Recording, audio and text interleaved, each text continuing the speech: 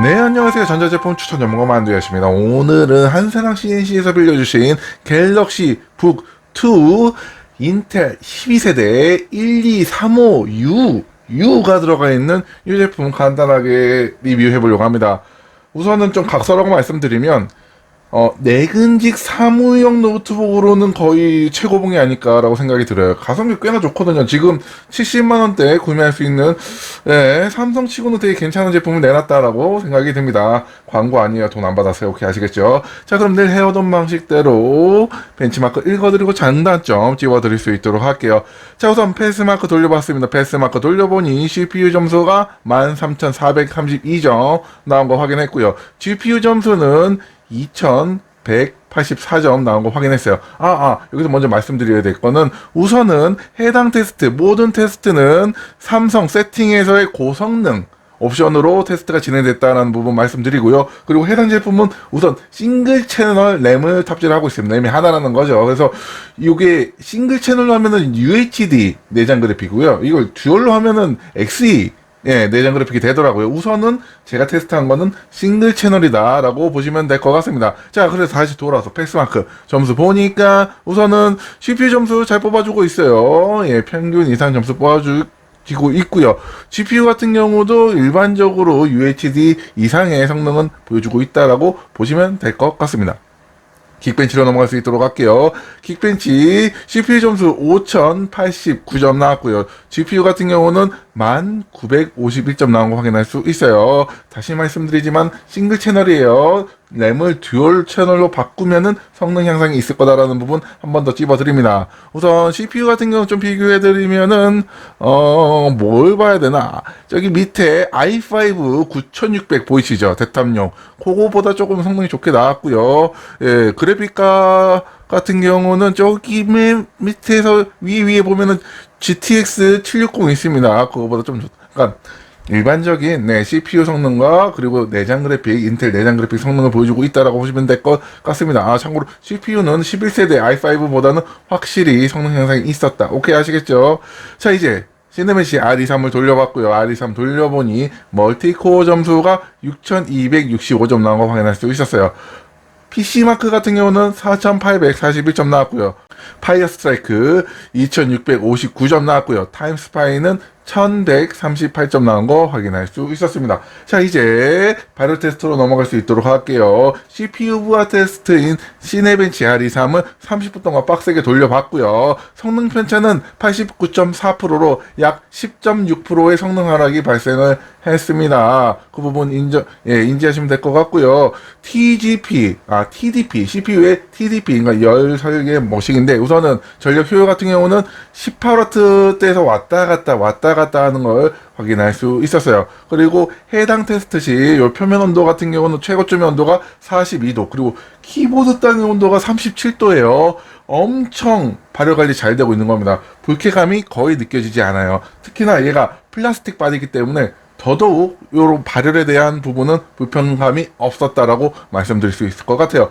소음 같은 경우는 44dB 정도 나와서 일반적인 사무용 노트북 치고는 조금 더 정숙한 편이다 라고 보시는 게 맞을 것 같습니다. 자, 이제 그래픽 테스트, 부하 테스트로 넘어갈 수 있도록 할게요. 타임스파이 20번 돌려봤고요. 돌려보니까 성능 하락은 없어요. 99.7% 뜨는 거 보셨죠? 0.3%인데 이거는 뭐 무시할 수준이니까 그렇게 보시면 될 것 같고, GPU 온도 확인 안 되고요. TGP도 당연히 확인이 안 돼요. 이게 12세대가 나온 지, 이게 12세대 6개월이 나온 지가 얼마 안 돼서 그러는지, 요 하드웨어 인포에서 GPU 데이터를 잘 긁어올 수가 없더라고요. 근데 뭐, 내장 그래픽이니까 그렇게 신경 안 쓰셔도 되고, 참고로 말씀드리면, CPU 온도 같은 경우는 약 65도대? 60도 초반에서 왔다 갔다 거리는 걸 확인할 수 있었습니다.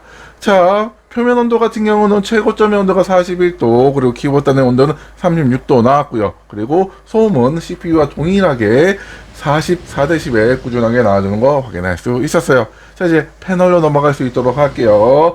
패널 우선 총 점수 같은 경우는 스파이더 X를 통해서 우선 4점짜리 패널이다라고 결과가 나왔고요. FHD 해상도의 sRGB 67%, 좀 색지연율이 아쉽긴 하죠. 하지만 밝기는 339니트로 꽤나 괜찮은 밝기를 보여주는 패널이었습니다. 추가적으로 60Hz의 그리고 색 정확도 같은 경우는 2.46으로 파란색이 좀 많이 끼긴 해요. 그래서 뭔가 정확한 색을 보고 뭐 판단하는 그런 작업용으로는 썩 좋은 패널은 아니다라고 보시는 게 맞을 것 같습니다. 자, 이제 배터리 테스트로 넘어갈 수 있도록 할게요. 자, 우선 유튜브 풀재생, 최대 밝기로 유튜브 풀재생 해보니 4시간 54분 나왔어요. 솔직히 좀 아쉽긴 하죠. 저는 6시간 이상 찍어줘야 된다라는 생각을 하기 때문에 이 부분은 좀 아쉽게 다가왔다. 오케이 하시겠죠? 자, 이제 스피커 테스트 같이 보고 오실게요.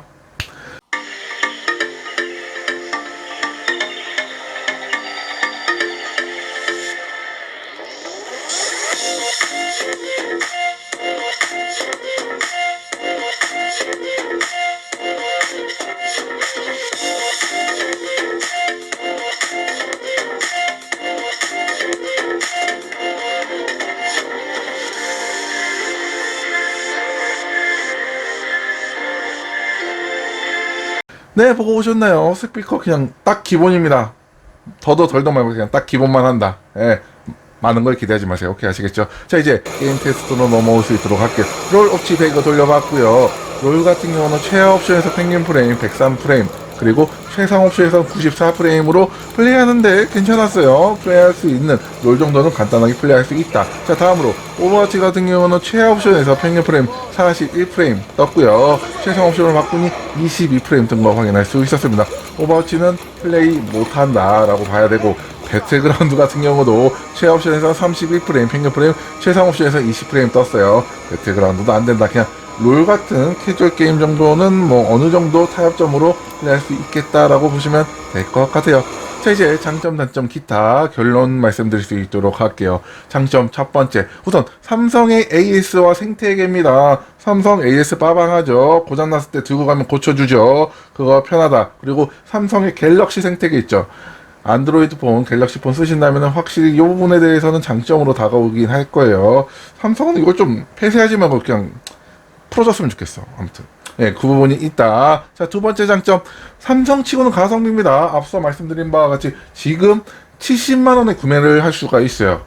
삼성 노트북, 그것도 나름 갤럭시라는 네이밍을 달고 나오는 요 제품, 요 제품을 70만원 구매할 수 있다라는 거는 삼성치고는 가성비가 확실히 맞긴 하죠. 자, 세 번째 장점, 쉬운 업그레이드입니다. 제가 개봉기 할 때도 보여드리긴 했는데, 이 제품 같은 경우는 뒤에 이게 뚜껑을 바로 딸 수가 있어요. 여기에 2.5인치 하드라든지 SSD 추가 가능하고요. 여기에 램 슬롯 있어서 추가 가능하고, 그냥 드라이버도 필요 없습니다. 그냥 뚜껑 빡 제끼면은 바로 업그레이드 할 수 있다. 업그레이드가 편하다라는 게 세 번째 장점. 그리고 마지막 장점 같은 경우는 발열이 되겠어요. 해당 제품 아무리 빡세게 돌려도 발열이 거의 안 느껴집니다. 아무래도 이 플라스틱 바디의 특성과 요 12세대의 6계열이 나는 발열을 잘 잡고 나온 것 같아요. 그러다 보니까 확실히 발열적인 측면에서는 괜찮게 다가오는 부분이 있었다는 게 마지막 장점이 될 것 같습니다. 자, 이제 단점으로 넘어갈 수 있도록 할게요. 단점 첫 번째, 우선 게임이 안 되는 성능입니다. 보셨다시피